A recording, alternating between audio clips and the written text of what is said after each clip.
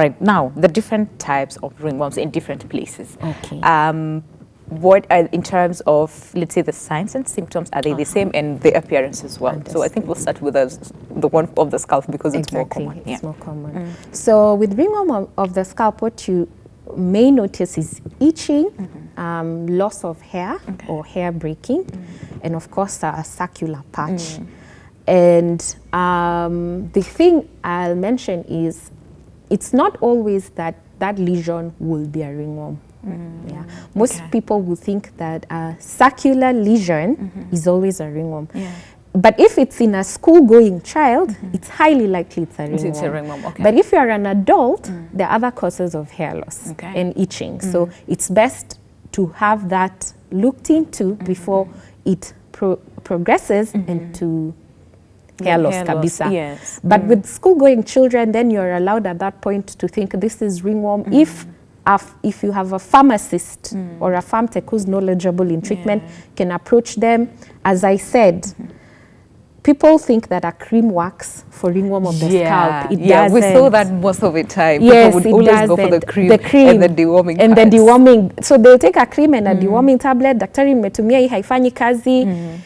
No, what works is oral medication, and it can either be what we call griseofulvin or terbinafine in treatment, and that's why it's good to see a doctor. There are medications we call first line, second line. There are those that have been proven to work effectively and do not have to be taken for long periods of time. Now, the caution I have with taking drugs from a pharmacy without a prescription for children with ringworm of the scalp is because you can end up treating these children for a very long period with those oral medications, and they actually have side effects on the liver.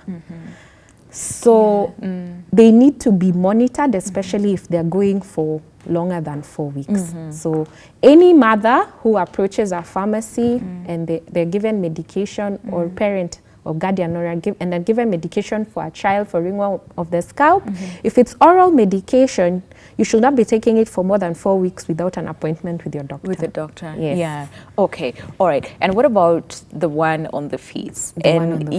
How different is it? Yes. So about the ringworm of the scalp, it is important to be given that oral medication with a shampoo.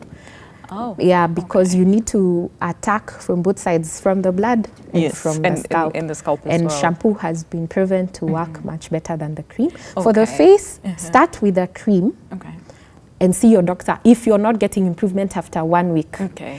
Notice the video mentioned that a ringworm lesion usually looks circular with a wavy border and has clearing in the middle.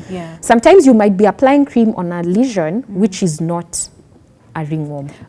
And then again, also applying, talking about application of the cream, you see the way someone, the itch, right? And then someone goes ahead and scratch, and then also apply the cream on the open.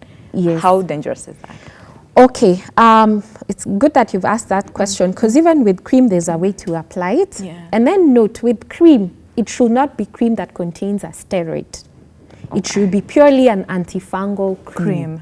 Because what a steroid does is it will relieve the symptoms, relieve the itching, but it changes the lesion. So by the time you're seeing a doctor who has specialized in skin, the doctor can't really tell what that lesion was. So it should be purely an antifungal cream. Ideally apply it on the border, because that's where the fungus is growing and enlarging, and of course in the middle. But apply it twice a day. So you'll notice that when you apply the cream, the itching reduces. So you don't really have to worry much about you trying to scratch transferring. It's not a harmful cream. It's safe for the skin. So even if you touch, but ideally if you're scratching a ringworm, you should wash your hands after. Even after application.